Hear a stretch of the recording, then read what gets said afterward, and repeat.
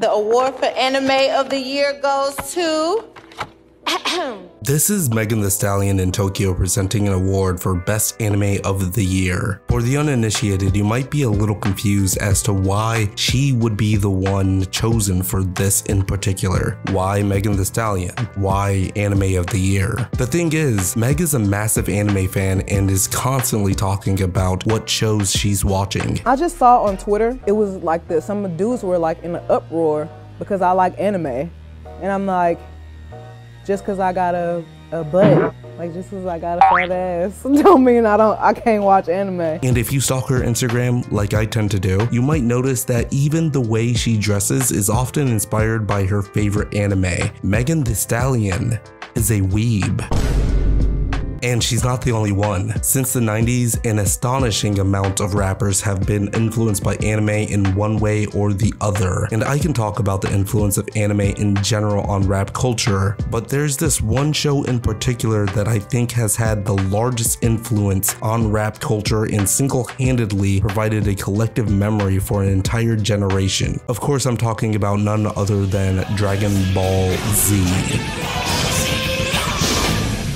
See, Dragon Ball is to anime what conservatives think weed is to crack. One day you're just a kid practicing the fusion dance with your friends, and then suddenly you're in a rundown motel freebasing episodes of Chainsaw Man, trying to figure out how you're going to renew your Crunchyroll subscription for the month. It's that serious. And just as a disclaimer before you start typing that comment, I'm not trying to say that Dragon Ball is the only anime that has a major influence on hip-hop. I can talk about Cowboy Bebop or Samurai Champloo, or honestly, I can spend the next year making videos about the quasi-symbiotic relationship between anime and the culture in general. But for this video, I want to focus on Dragon Ball Z. I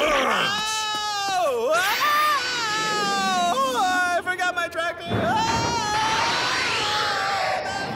Don't run from me!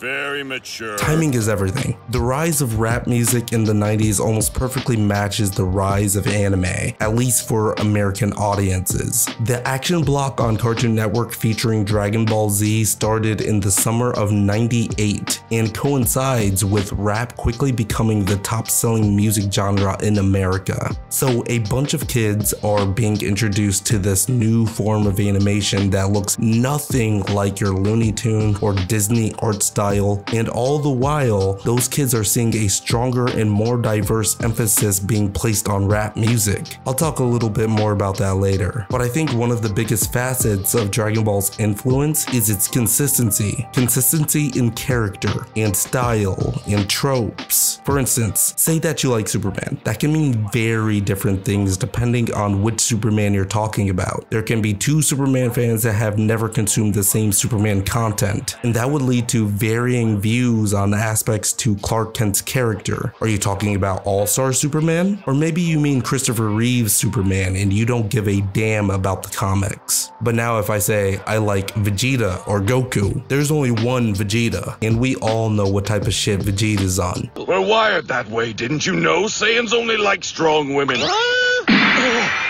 That's it.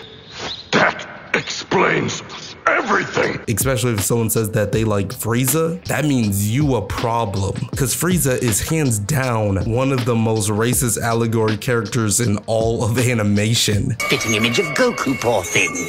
He's clearly that monkey's offspring. The creatures start procreating left and right.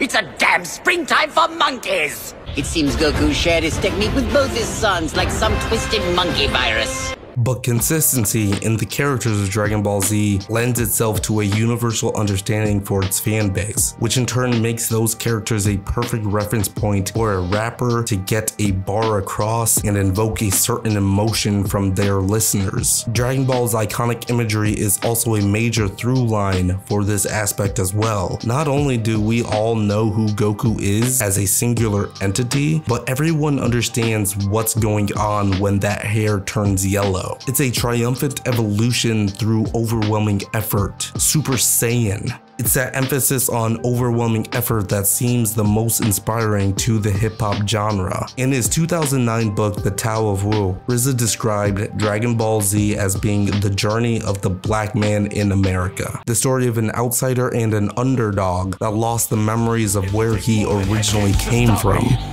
You may have invaded my mind and my body, but there's one thing a Saiyan always keeps: his pride!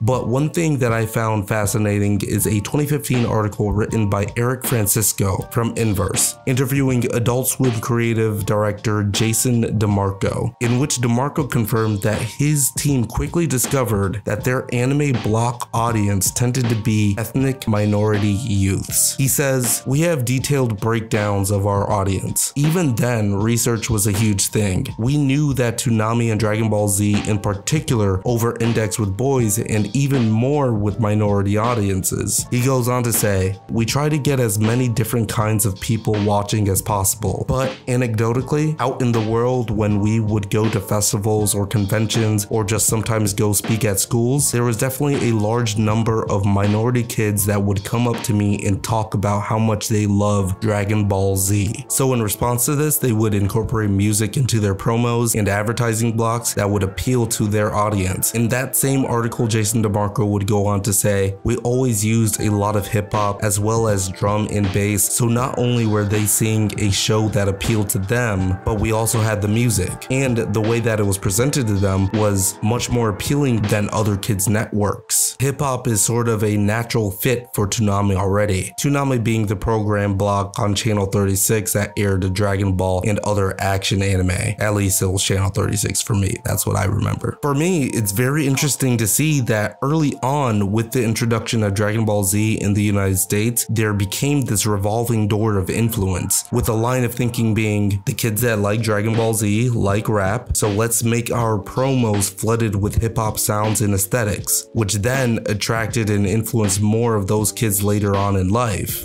For the killer, I'm living a novella. Got me losing hair, man, I'm turning into Krillin. Okay, for this part I originally wanted to talk more about Dragon Ball Z references in rap songs, but I realized that there's already a great article and video from Genius detailing a lot of samples and lines used across the years, and I'll link that video and article right below the like and subscribe button. So instead, I want to show you another facet of hip hop that pairs extremely well with Dragon Ball Z, and that's the world of battle rap. Y'all gonna hear something fire, like this track I just made a banger.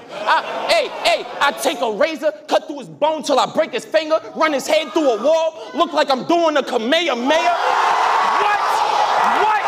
Yes, with its over-the-top and bombastic characters and recognizable tropes, DBZ is one of the most effective pop culture references that any battle rapper can use to make the crowd go crazy. But we could bop on some street shit. These hands ain't no secret. Boy, I whoop that ass faster than some Dragon Ball Z shit. Yeah, I'm just saying, we can go Yeah, I'm just saying, we can go 10 rounds without the trunks. No cameras, pick a low spot. I'll ball my fist teeing you up. Go on, act Krillin. Launch a campaign like you really that tough. That cap so corny, saying one thing, then they point fingers when that special beam cannon up. I hit it once, I went 8. Now she could tell I'm a leader. Nigga, please. You'll get a shell from the heater. For you to survive, the doctor have to put your cell in a freezer. Speaking of, I let that foe flare, point the deuce, throw the beam in your mouth. I'll do the fusion dance with chillin' and scheme in your house. Boy, Ace say something about Goku and Snake Way. Well, let's see what your friend think. Wow, we finna see if Mr. Gray Hair can master Ultra Instinct. But even in the ostentatious scene of rap battles, there is still a deeper and remarkably wholesome rhyme scheme waiting to be crafted that is connected to Dragon Ball. For example, this next clip. Hold it down. Hey, can I talk to y'all real quick? I said we can all agree growing up in a one-parent household is more or less just manageable, and seeing your homies grow up with two and mentally be stable and cool is definitely understandable, but just because I had to chill by myself, learn shit from watching anime doesn't make me a better man than you. But sometimes watching Gohan do a father-son Kamehameha left a bittersweet taste in my mouth that was killing me. Kinda wish my pops had the energy to lend me an extra hand or who you standing? Yo, what? At the end of the day, I think that this clip defines my argument. A young man processing his experience growing up through the epic story that is Dragon Ball Z. Admittedly, it's too little for me to say that Dragon Ball influenced hip-hop culture. Goku, Vegeta, and the rest of the Z fighters influenced the world overwhelmingly for the better. Dragon Ball gave a generation collective memories that we are able to bond over, to build bridges with, and not just for young boys, but for girls too. Dragon Ball was published in 1984 and has since provided a snake's way to a world where a young girl from Houston, Texas could eventually travel to Tokyo to present the award for Anime of the Year in 2024. And that's all because of its creator, Akira Toriyama. If you are watching this video, you most likely have already heard the news that on March 1st, Akira Toriyama, the creator of Dragon Ball, passed away at the far too young age of 68. The news of his passing was widely felt throughout many spaces and people you wouldn't expect to even give a damn, but that only speaks volumes to Toriyama's influence. As a kid, I met so many friends because of our shared love of Dragon Ball. And the beautiful thing is that even though I'm older now, I will probably continue to make friends for the same reason. And for that, I just want to say thank you, Akira Toriyama, and may you rest in peace. Thanks for watching the video. Until next time.